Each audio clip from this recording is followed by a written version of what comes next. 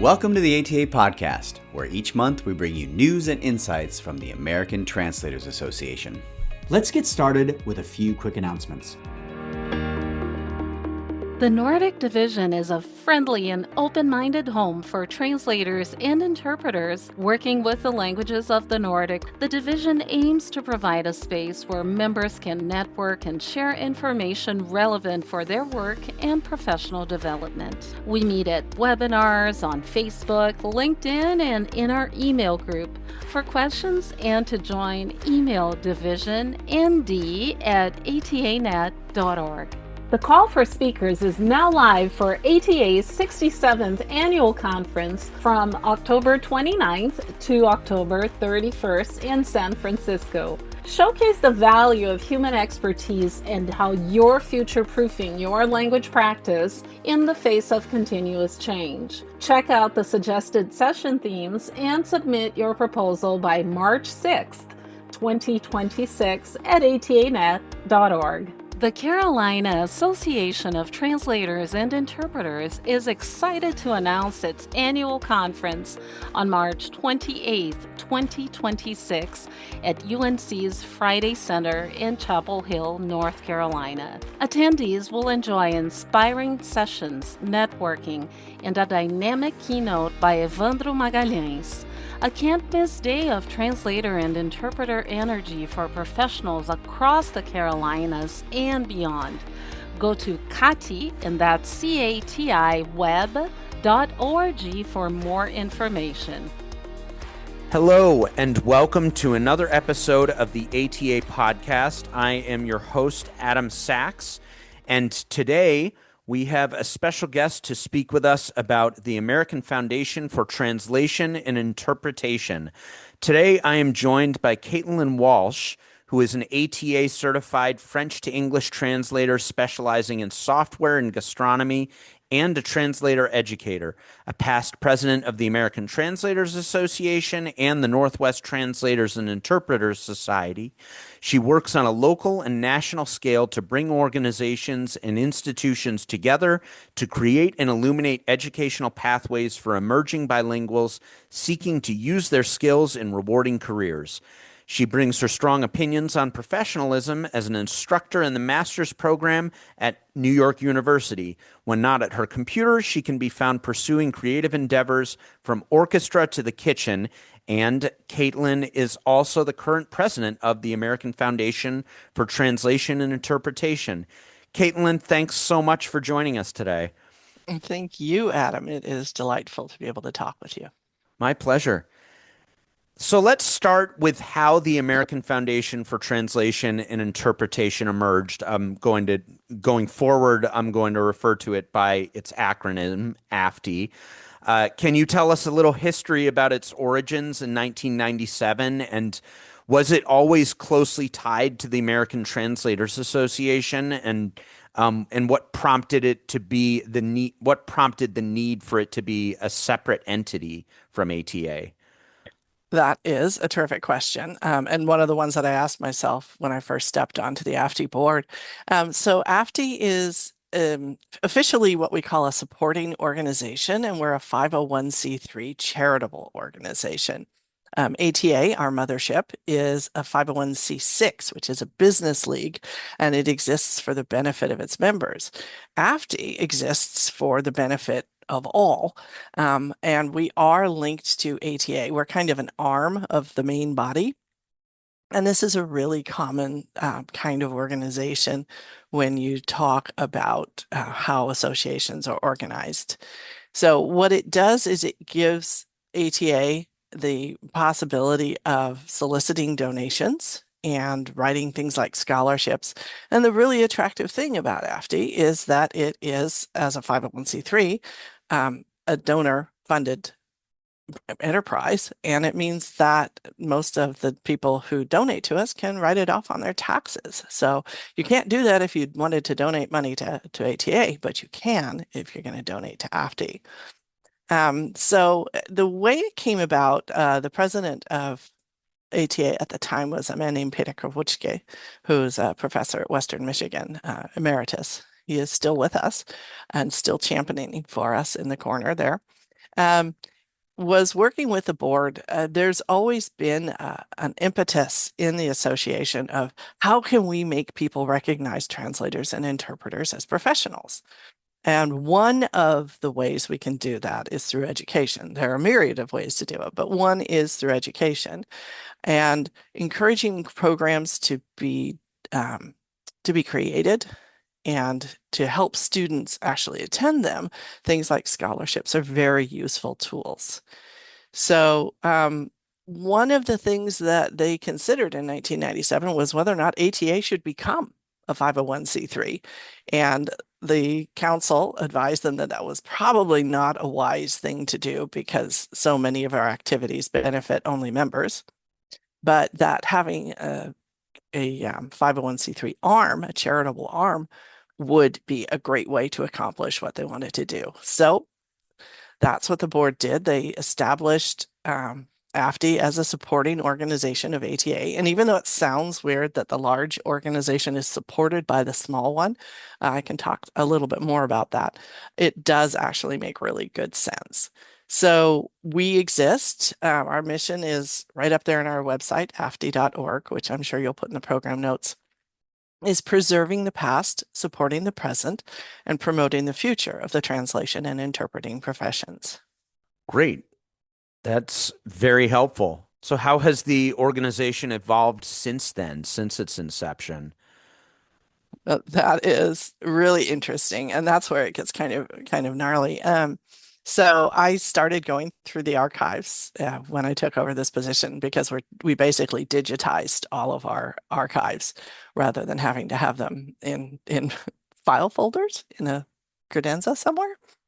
So the original plans were quite grandiose. This is the 1990s. We're still, almost digitizing things. We've got email. We think we're Yeah, pretty I mean cool. the internet exists. We all were using dial-up at that time, but Right. And but yeah. attaching a file was still an onus, right? Yeah. Will it work this time? And we were still using What modems and dial-up what in is a places. PDF? No one Yeah. was not a common term at that time. Right. So we're only just beginning to enter a digital age at the time. And so most of us, especially those of us with grayer hair, had things like card files and glossaries. Mine were actually on my computer because I'm pretty technically advanced, at least in age.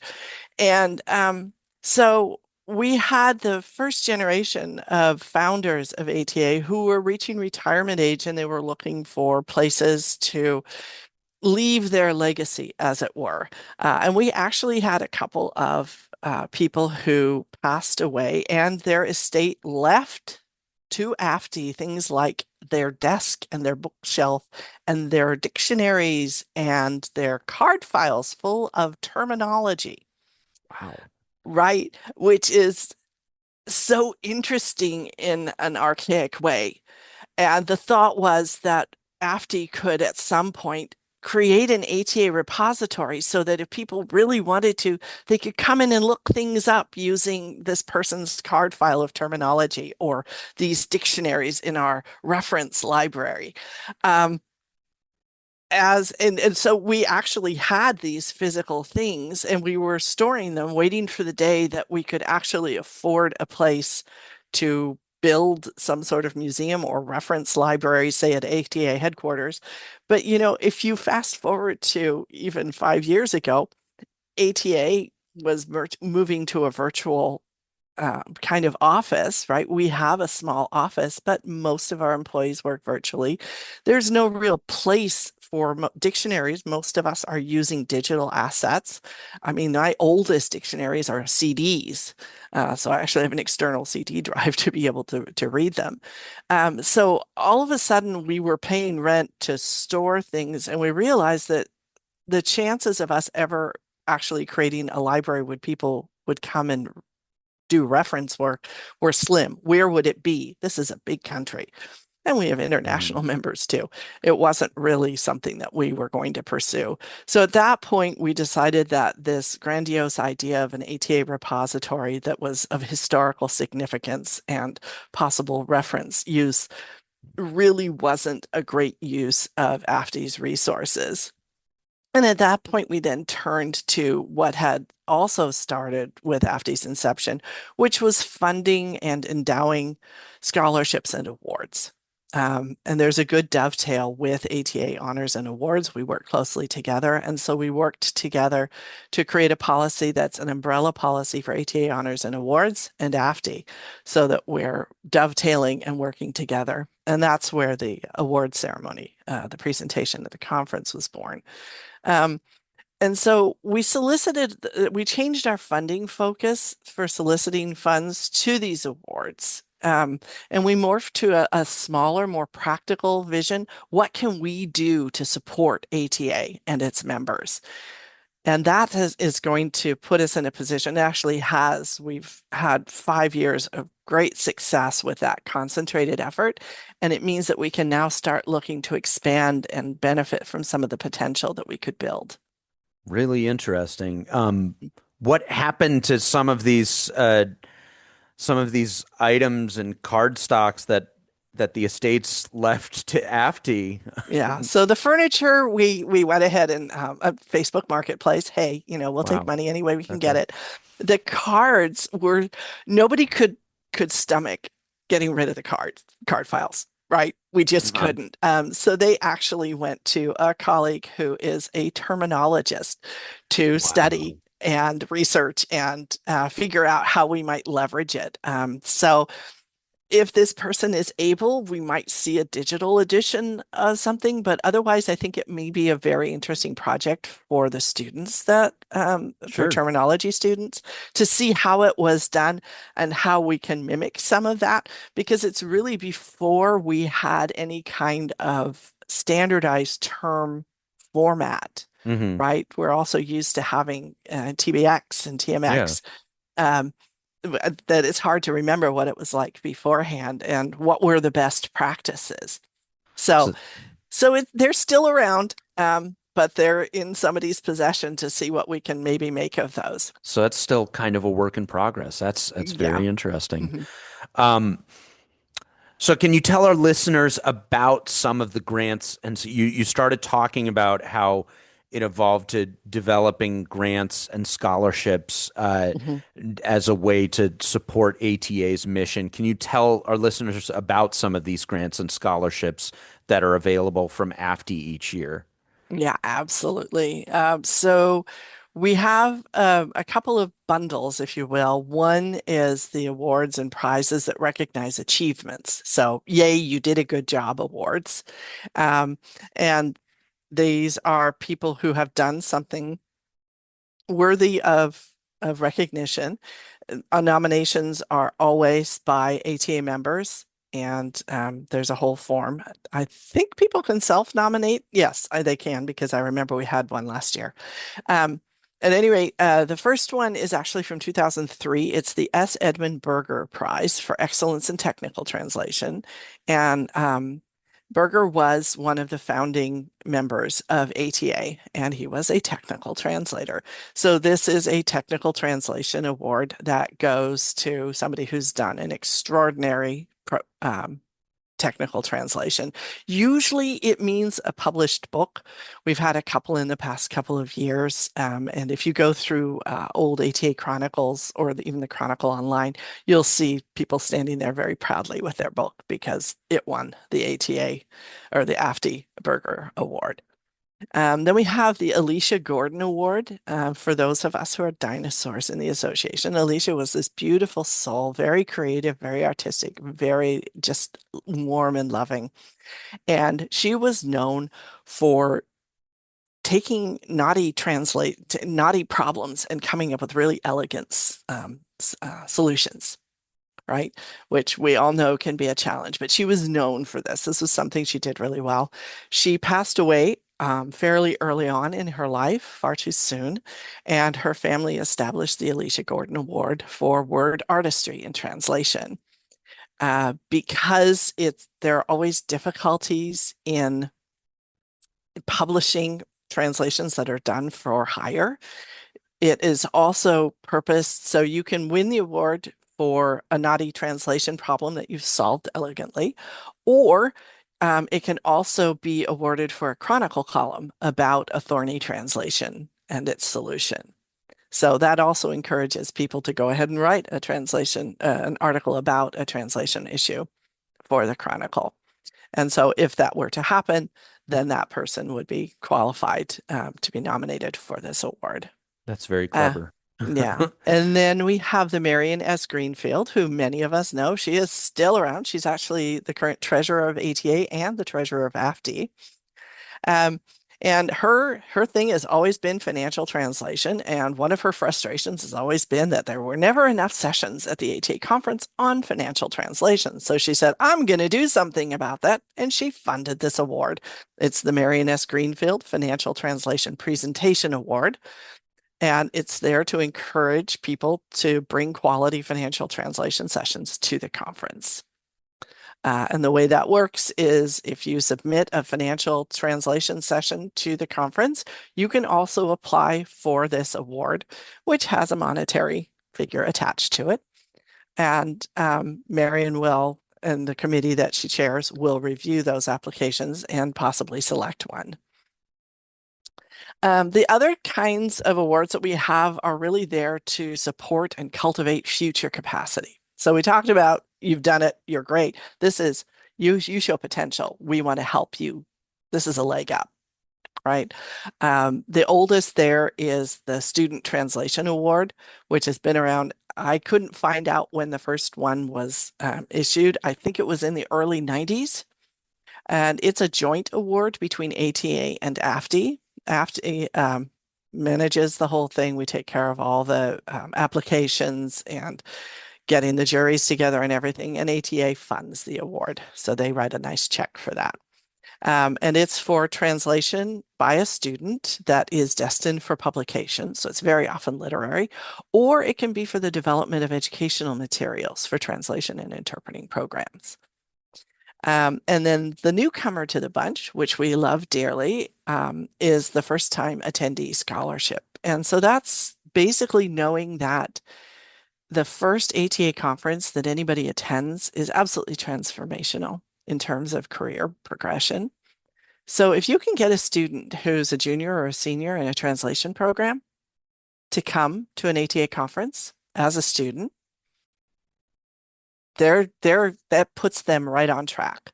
And so this is a small scholarship that defrays the cost of attending an ATA conference for the first time. And this was the brainchild of actually Jeff Kobe, our immediate past president. And that was actually a retooling of a fund that had been established in memoriam for past President Edith Loza.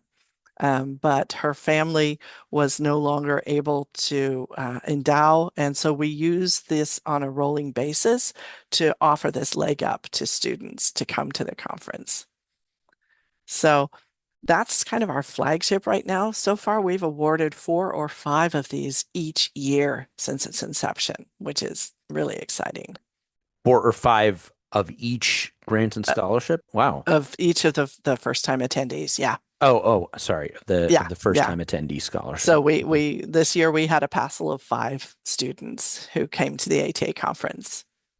So this is a lot to think about for as we approach ATA. I mean, as we record this interview, the next conference will be ATA 67. So anyone listening to this, there's a lot that you could work toward as we approach that conference, and some exciting opportunities to pursue here. And so applications will be coming out around about February, and we'll be sending those to all ATA educational members, as well as a list of universities that we keep for this purpose. Excellent. So as you've seen candidates and recipients of these grants and scholarships over the years, can you tell us about some interesting work they've done through the direct or indirect support of AFTI? Oh, yeah. This is where it gets really interesting, because I remember wrestling with the thought of how can a little organization that's got a teeny tiny budget, frankly, how can it be a supporting organization of the big 500-pound gorilla that ATA is, right? It's a big ship, and it's got a ton of volunteers, and its budget is way bigger than AFTI's. How can we support? Well, it turns out that the way we support is in cultivating talent. So we've seen like first-time attendee, this first-time attendee scholarship. In 2018, we awarded it to a woman who is now on the board and chairing a committee at ATA. We saw a student translation award winner from the 1990s who was awarded the Man Booker Prize with the author of the book she Wow. translated. Yeah. We've seen people who've won the Gordon Award, the one for creative writing, play an active role in establishing an ATA division. And Very if cool. I do the numbers, it gets really interesting because like most of AFTI's winners over the years continue to be active in the association. They're doing webinars, they're doing chronicle articles, they're presenting at the ATA conference, they're on committees. And I crunched numbers right before the ATA conference because I was really interested to be able to figure it out. So over the years of its existence, AFTI has distributed about 100 awards. So 100 people have received something from AFTI in terms of scholarship or a prize. And if we look at just 22 of those, I can track 46 examples of further engagement, most of them in ATA leadership roles. And that is how AFTI supports ATA. Wonderful. Yeah. So we kind of got into how AFTI supporting ATA and its members. Sort of on the flip side, can you talk about ways to donate and provide support to AFTI for the work that it does? Yeah, because we are a charitable organization. I love this job of giving away money. It is so much fun. I get to write checks, I get to sign checks and say, yes, yay you, and here's a sticker, here's a sticker for your badge, a ribbon for your badge at the conference, right? How cool is that? But it does mean that we have to figure out how to get money to come in so that we can let money go out. So any donation in any amount helps the association and the profession. So we have a lot of ways we've tried to make it easy. One of the easiest ways is when you renew your ATA membership, there's a little checkbox and you can write in any amount, large or even larger or small, for an AFTI donation. And it'll just go through in one process and then ATA will pass it through to us. If you'd like to make a donation in memory of a colleague or a loved one, we see those in memoriam slides at the conference every year. And I'm always saddened to see those losses. But if you'd like to make a donation in memory of somebody, that's a lovely way to memorialize them. And you can do the same mechanism using the donation form at afti.org and just making a note when you donate. And all of us are mortal, some more than others, and you might want to consider if you'd like to remember AFTI in your estate planning and really make a dent in what we do. The other opportunities we have obviously are things like volunteering. We are all volunteer. We borrow paid staff at ATA headquarters for a small fee, but we don't have our own staff or office. Everything we do is virtual and volunteer driven. And we have tons of roles. We're looking for social media help. We could use some IT help, planning events like our game night. And if you want just one-off opportunities, there are things like the award committees. They read applications and the submissions for translations, and chairs for those committees are also needed. And if you love board work, if you think Robert's Rules is good reading, we might want to talk. What are some other initiatives that AFTI oversees? Well, the biggest and probably the most visible right now is the AFTI game night at the ATA conference. I don't know if you've ever had a chance to attend one. I went. This past conference was the first one I made it to, and it was a ton of fun. Yeah.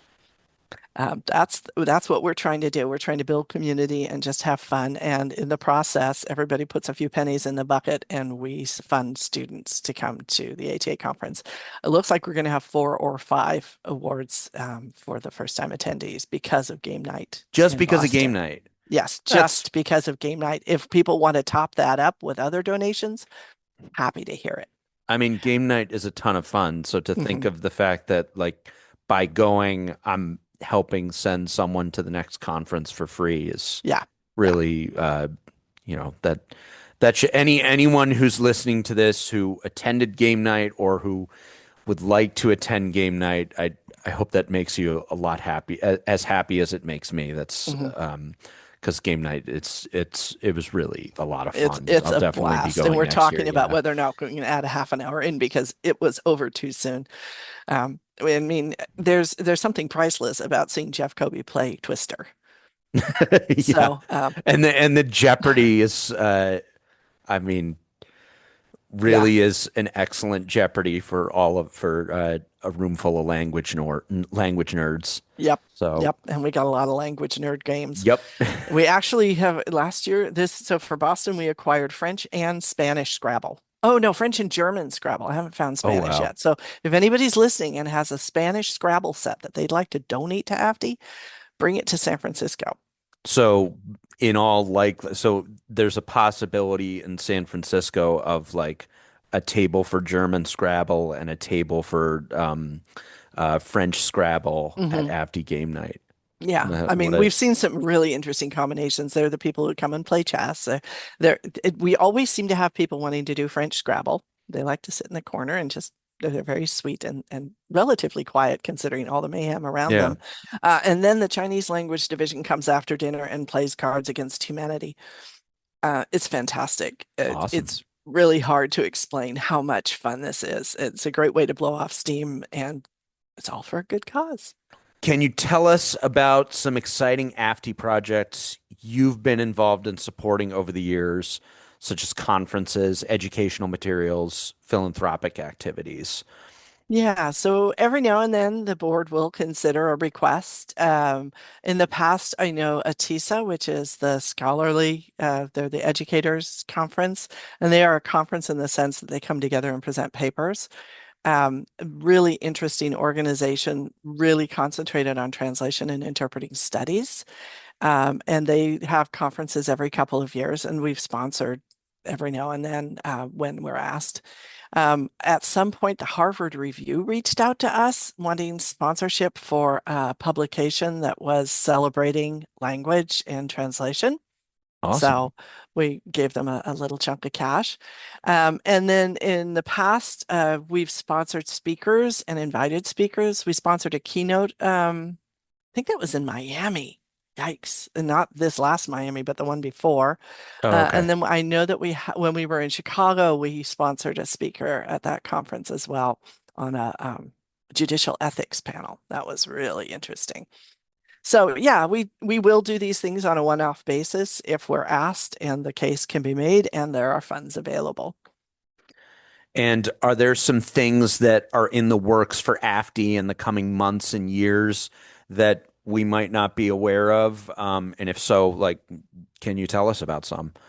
I can tell and hint. Obviously, we're working on game night. I know that the site visit for the conference will be in February. Because I have ties to the Bay Area, I'm planning to be down there, get to see this space, see how we might set up game night this year. So that's already in planning. We're also looking at setting up all the applications and everything, getting things ready for a push to get people to start nominating. Um, we are on the cusp of revitalizing an award that has been inactive for about 6 years due to lack of funding. And that's all I can say about it. But if we can get all the pieces in place, it's going to be a really nice nod to the past and push for the future. So I'm really looking forward to that coming together. Um, we also are interested in, we have a lot of people who reach out and want to know if we have scholarships for this, scholarships for that. A lot of interest in ASL, a lot of interest in medical interpreting, especially as it pertains to certifications, because those can be pricey and we don't want that to be a barrier to becoming certified. So, continuing these conversations with people, it's one thing to say, do you have a program that gives money? And it's another thing to say, I'd like to help establish a program to give money. So those are the kinds of things that we do on an ongoing basis. We also know that in the longer term, there is a potential to develop a research grant program. The idea being that ATA may want certain kinds of data or research conducted so that we know what to do, right? This is a strategic kind of thing. And then finding ways to write grants for people to do the research that follow the priorities established by the association. So that's not something we're going to do tomorrow, but it's in the back of our minds as to what we might pursue in the future. Are there other ways, like other than what we've already kind of gone over in terms of grants, scholarships, what have you? What are some other ways ATA members can use AFTI as a resource? Well, obviously, applying for funds if you qualify, nominating people you think would benefit from receiving funding from AFTI. It's also there if you see a potential area that could use attention. So the perfect example is the one award that we're trying to revitalize. The people who are, it's a division-based award, and it would benefit the division to be able to get this up and running again. In order to do that, the people in the division are going to have to pony up. All right, so they're going to have to do a little funding drive to see if they can award this. And we could see that easily other divisions could decide to adopt a similar model. So right? so there are definitely like opportunities for divisions to partner up with AFTI as a resource, right? In that or regard. each other and AFTI. Yeah. We would love to see that because we know that divisions are home within a home. And we really want to encourage that growth, right? Because we know that divisions are sort of a breeding ground for the next generation of leadership. And that's where the dynamism in our association comes from. Excellent. Before we conclude, do you have anything else to add that that we didn't cover in this interview? I think we covered a lot of territory. Yeah, it seems like it. Your questions were great because it Thank really, you. yeah, you clearly did your homework. Thank you. I try. So, I mean, I just want to reiterate that if you're interested in volunteering, this is meaningful and joyful work, and you'll know where to reach me. Our website is afti.org, really easy to remember. And that checkbox when you renew your ATA membership is such a great source of foundational funding that keeps AFTI going year after year. Well, thank you again, Caitlin, for joining us today and telling us all about AFTI. To our listeners today, definitely navigate over to the show notes. There's going to be plenty of additional information if you're interested in taking advantage of AFTI as a resource. And once again, I'm Adam, and we will see you on the next episode of the ATA podcast. So thanks again, Caitlin. It was my pleasure. Hope to see a bunch of you at game night this year. Yes, definitely. All right, take care. Alrighty, bye. That's a wrap. To learn more about the American Translators Association, including how to join, visit atanet.org. Until next time.